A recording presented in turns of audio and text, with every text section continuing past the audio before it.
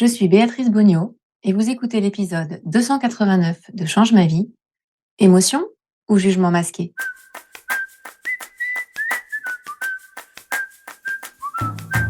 Bienvenue sur Change ma vie, outils pour l'esprit.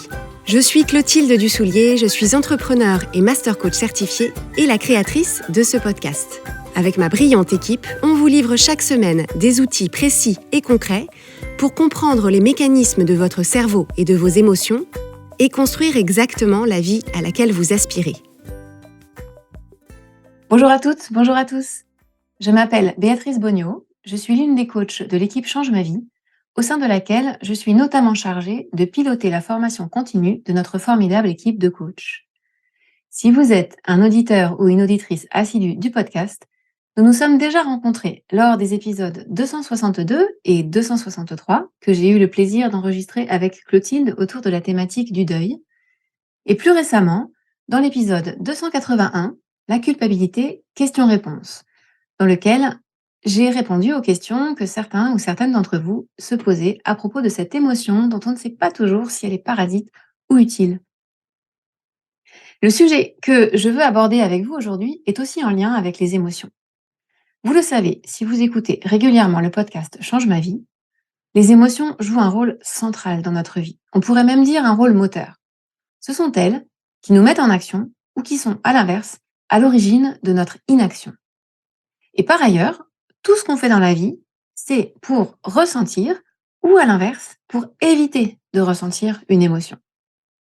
Sans surprise, les émotions sont donc au cœur du modèle de Brooke, cet outil simple et puissant que Clotilde vous a présenté dès l'épisode 4, le modèle de Brooke.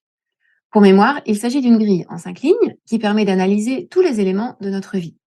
Nos circonstances de vie, c'est la première ligne du modèle, la ligne C, ou ligne de circonstance. Ce qu'on pense de nos circonstances de vie, c'est la ligne P, ou ligne de pensée. L'émotion qu'on ressent quand on pense ça, c'est la ligne E, ou ligne d'émotion. La manière dont on se met ou pas en action quand on pense ça et qu'on ressent cette émotion, c'est la ligne A, ou ligne d'action. Et pour finir, le résultat concret dans notre vie en conséquence, c'est la ligne R, ou ligne de résultat. Cette grille en 5 lignes, simple et puissante, est l'un des premiers outils dont on équipe les personnes qui rejoignent notre programme de coaching. Quand on apprend à l'utiliser, elle constitue un outil extraordinairement efficace pour mieux comprendre nos situations de vie et pour y voir plus clair dans ce qui se joue pour nous. Et comme je vous le disais, au cœur du modèle, on trouve les émotions. Les émotions jouent donc un rôle central dans notre vie, et pourtant, vous l'avez souvent entendu sur Change ma vie, la plupart d'entre nous n'avons pas appris à connaître, à identifier, à apprivoiser nos émotions, et encore moins à les exprimer, à les créer de manière intentionnelle, ou à en faire nos alliés au service de ce qu'on veut créer pour nous. Une des missions de Change ma vie, c'est justement de vous aider à faire ça, vous aider à connaître, à mieux connaître, à identifier, apprivoiser, exprimer vos émotions.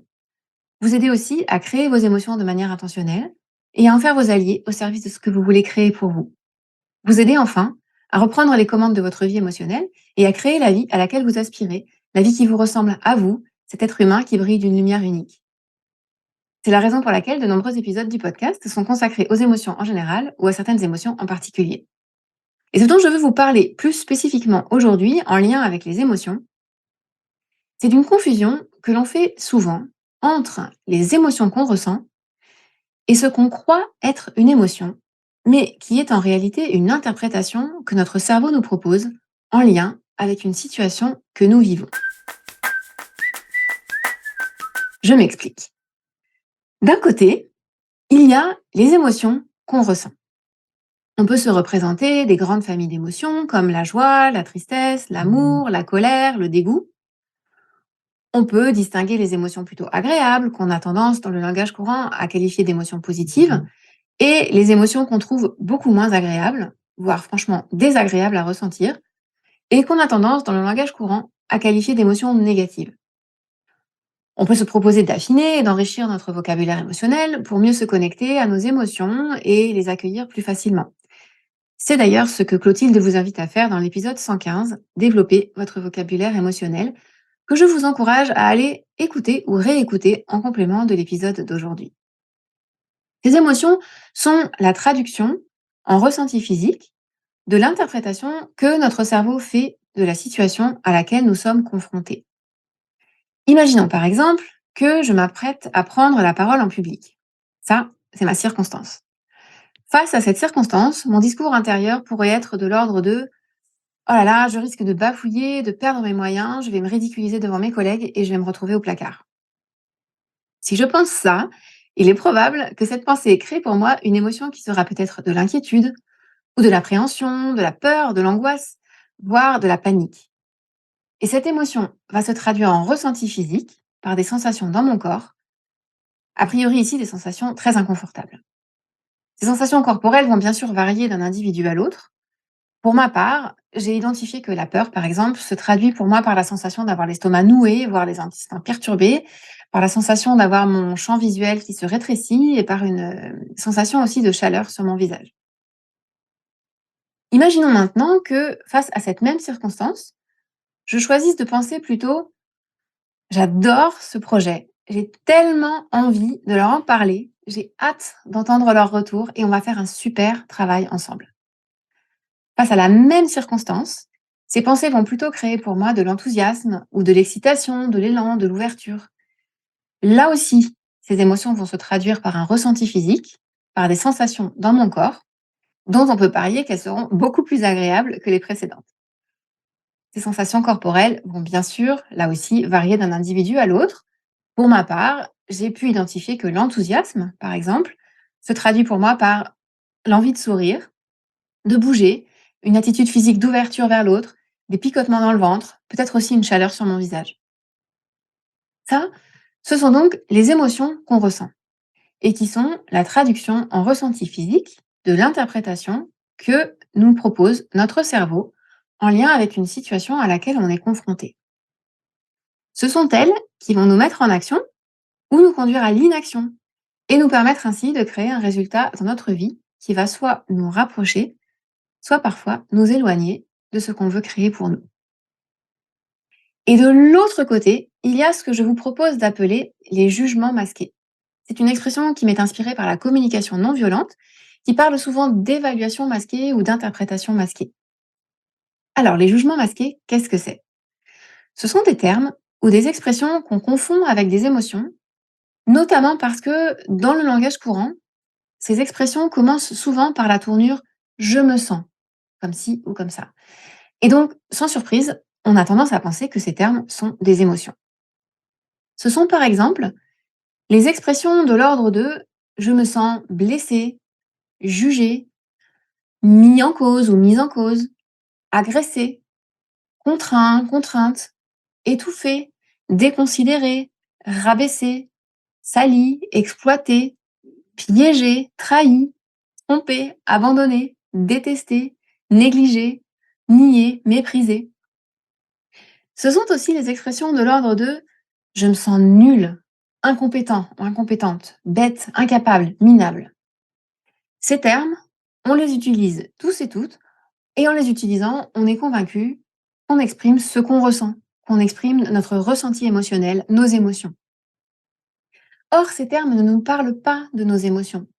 Ce que ces termes expriment en réalité, c'est un jugement, c'est-à-dire une évaluation, une interprétation que notre cerveau fait de la situation.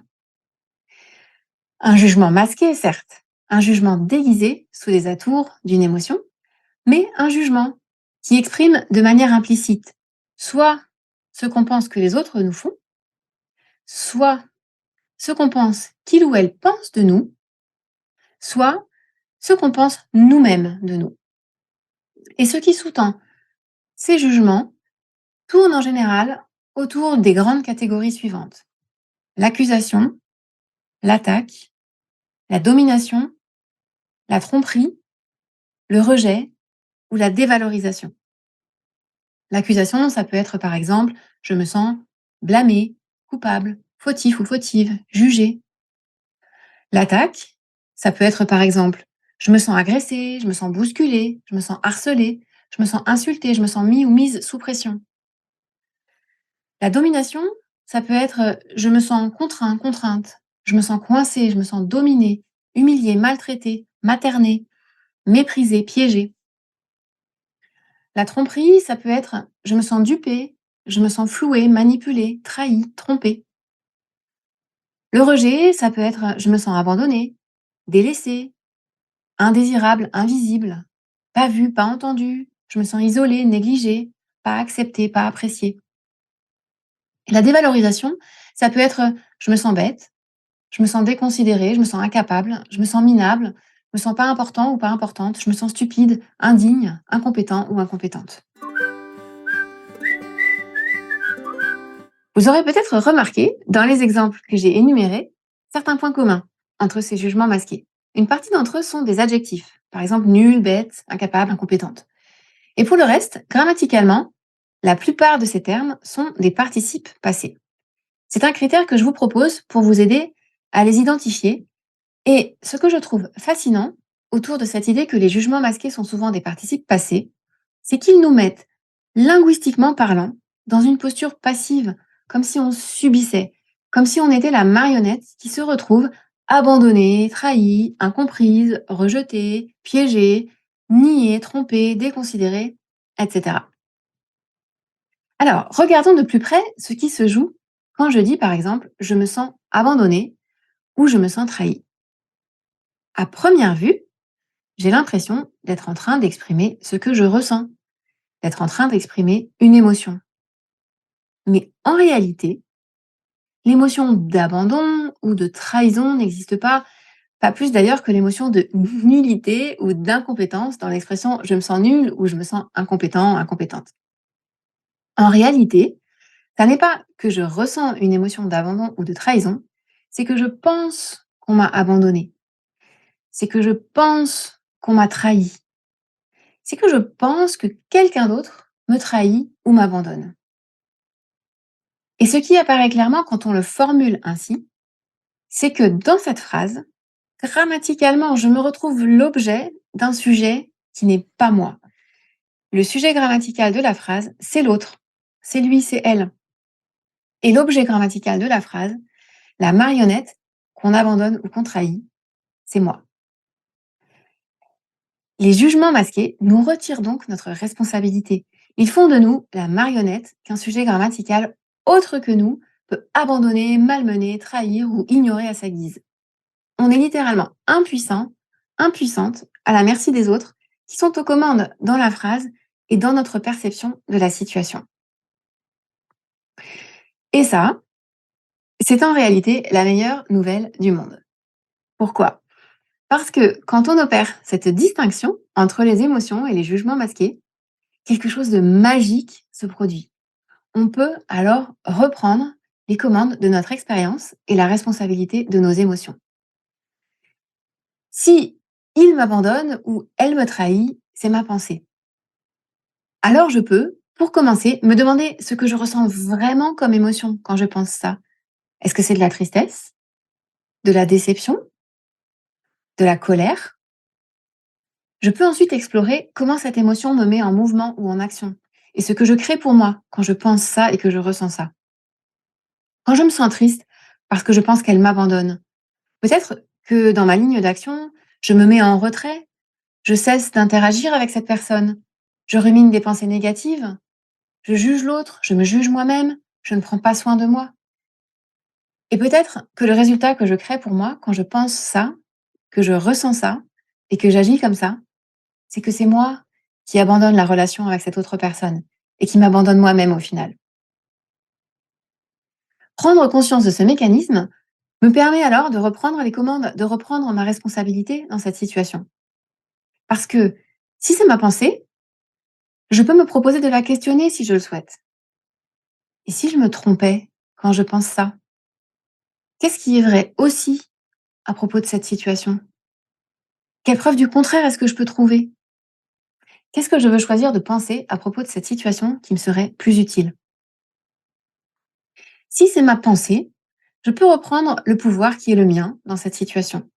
Je peux aussi me demander quel est le besoin non rempli que cette pensée me signale et comment je peux répondre à mon besoin. On peut procéder exactement de la même manière lorsque le jugement masqué révèle un jugement qu'on a à propos de soi-même. Si je me sens nulle, c'est ma pensée et pas mon émotion, alors je peux, pour commencer, me demander ce que je ressens vraiment comme émotion quand je pense ça. Est-ce que c'est de l'abattement, du découragement, de la honte?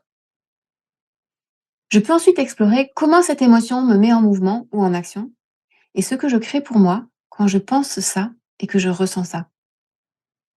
Quand je ressens de la honte parce que je pense que je suis nulle, comment est-ce que je vais aborder, par exemple, ce nouveau défi professionnel qui s'offre à moi? Il est probable que je rumine, que je me juge, que je me compare en me dévalorisant, que je cherche des preuves de toutes les fois où je n'ai pas été à la hauteur de mes attentes, que je ne mette pas en lumière mes points forts et mes forces, que je ne cherche pas à identifier les compétences que j'aurais besoin de développer pour aborder ce défi dans de meilleures conditions, et qu'au final, je ne me donne pas les moyens d'être le professionnel ou la professionnelle que j'ai envie d'être. Là aussi, prendre conscience de ce mécanisme me permet de reprendre les commandes, de reprendre ma responsabilité dans cette situation. Parce que si c'est ma pensée, je peux me proposer de la questionner.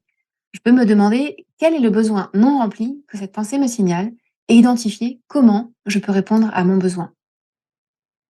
Dans notre premier exemple, où je me sens triste parce que je me dis qu'elle m'abandonne, je peux commencer par me demander ce que ça veut vraiment dire pour moi, elle m'abandonne. Et si en réalité, ça n'était pas possible d'abandonner un adulte? En y regardant de plus près, je peux prendre conscience du fait que cette idée d'abandon est sous-tendue par une autre idée. L'idée que c'est l'autre qui devrait répondre à mes besoins. Autrement dit, que je suis dans une forme de dépendance vis-à-vis de l'autre. Je peux alors prendre conscience du fait qu'en tant qu'adulte, je suis, dans la plupart des cas, en capacité de répondre à mes propres besoins. Je peux aussi prendre conscience du fait que lorsque je réponds moi-même à mes propres besoins, j'aborde ensuite la relation avec une toute autre énergie, une énergie qui est ouverte à l'autre et à l'expérience que j'ai envie de partager, une énergie qui dit: «Viens, je suis plein et entier, je suis pleine et entière et j'ai envie de partager avec toi quelque chose, toi qui es aussi plein et entier, pleine et entière». Je peux prendre conscience du fait que le besoin qui s'exprime quand je pense: «Elle m'abandonne», c'est peut-être un besoin de connexion, d'appartenance ou de reconnaissance. Et je peux alors me demander: à quoi est-ce que ça va ressembler de créer ça pour moi? De me connecter à moi-même, de choisir à qui ou à quoi je veux appartenir, de m'apporter ma propre reconnaissance. Dans notre deuxième exemple, celui du défi professionnel, je peux commencer par me demander ce que ça veut dire pour moi être nul dans cette situation. Quels sont en réalité mes critères d'évaluation? Et qui a défini ces critères? Est-ce qu'ils me conviennent? En quoi est-ce que je suis déjà compétent ou compétente? Quelles compétences complémentaires est-ce que j'aimerais peut-être développer? Sur quelles ressources est-ce que je peux m'appuyer pour faire ça? Le besoin qui s'exprime quand je pense je suis nulle, c'est peut-être un besoin de réassurance, de validation ou de croissance. À quoi est-ce que ça va ressembler de créer ça pour moi, de me rassurer, de me valider, de m'accompagner dans le développement de mes compétences? Alors l'idée, bien sûr, ça n'est pas de s'interdire d'utiliser ce type d'expressions qui ne sont pas des émotions, mais des jugements masqués. L'idée, c'est simplement de se proposer d'observer, si vous le souhaitez, dans quelle situation vous avez tendance à recourir à ces jugements masqués en pensant être en train d'exprimer vos émotions. Puis, de vous proposer d'identifier le jugement masqué qui se cache sous ce qui est formulé comme une émotion, de vous demander comment vous vous sentez quand vous pensez ça et quels résultats vous créez pour vous quand vous abordez la situation comme ça. Ensuite, il sera temps éventuellement de questionner cette pensée et de décider intentionnellement ce que vous voulez choisir de penser à propos de cette situation. Examiner cette pensée vous aidera aussi à identifier le besoin qu'elle exprime et à vous demander à quoi ça va ressembler de nourrir vous-même ce besoin non comblé. Voilà ce que j'avais envie de partager avec vous aujourd'hui autour de cette distinction qu'on peut opérer entre nos émotions et nos jugements masqués. En complément de cet épisode, je vous encourage, si vous ne l'avez pas encore fait, à télécharger la palette des émotions humaines. C'est un guide précieux et gratuit que nous avons créé pour vous. Grâce à ce guide, vous allez pouvoir apprendre à identifier les émotions qui vous traversent, développer l'étendue et la richesse de votre vocabulaire émotionnel, mieux vous connecter à vos émotions et les accueillir plus facilement. Je vous remercie pour votre écoute et je vous dis à bientôt.